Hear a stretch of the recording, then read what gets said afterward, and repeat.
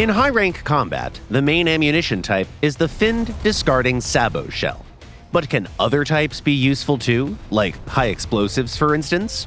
Obviously, they would do fine against anti-air and IFVs. But how about top MBTs? Well, it's no secret that high explosive shells can damage vehicles via the thin roofs of their hulls and turrets. Let's check out the most vulnerable spots on MBTs of all nations and see how effective it can be. And our first target is the M1A2 SEP V2. You can destroy it by sending an HE at the driver's observation devices, at the wide turret ring, and numerous elements on the roof, including the gunner's optics, the panoramic sight, the commander's cupola, and the armor plates next to the machine guns.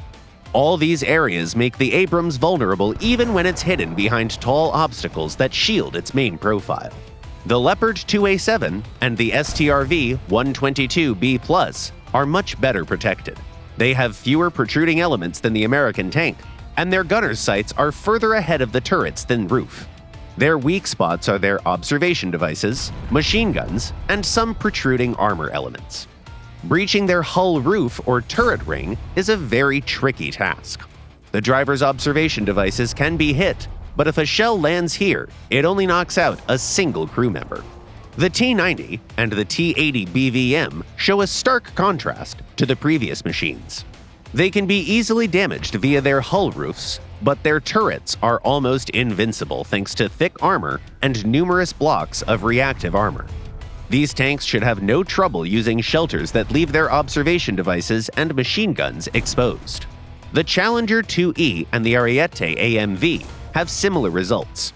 The sights of their gunners can hold hits well, but other protruding elements, including the turret roof armor plate, are vulnerable to HEs. The Challenger's hull roof is shielded by the turret's front, so its only vulnerability is the area around the driver's hatch. The Type 10 and the ZTZ-99A can't boast good resistance to high explosives. The turret roof can be breached by hitting almost any prominent element. The hull roof is doing just as poorly. The turret ring is basically one big vulnerability. When facing the Leclerc Azur, it may be quite hard to tell where its turret roof is. Aim for the commander's hatch and the lower part of the panoramic sight. You can also achieve a breach if you hit the protruding armor element next to the roof machine gun. As for the hull roof of this French MBT, it poses no issue whatsoever. The Merkava Mark IV has a turret roof that's fully protected against high explosives with a thick layer of composite armor. However, its turret doesn't shield the entire hull roof, so we can't call it invincible. So let's sum up. Is it wise to use high explosives as main shells on top tanks? Of course not.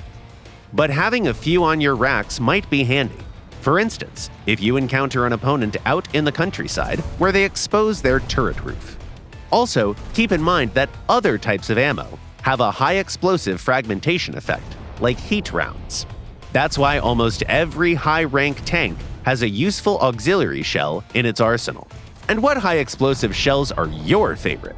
Tell us in the comments, and see you in our next video.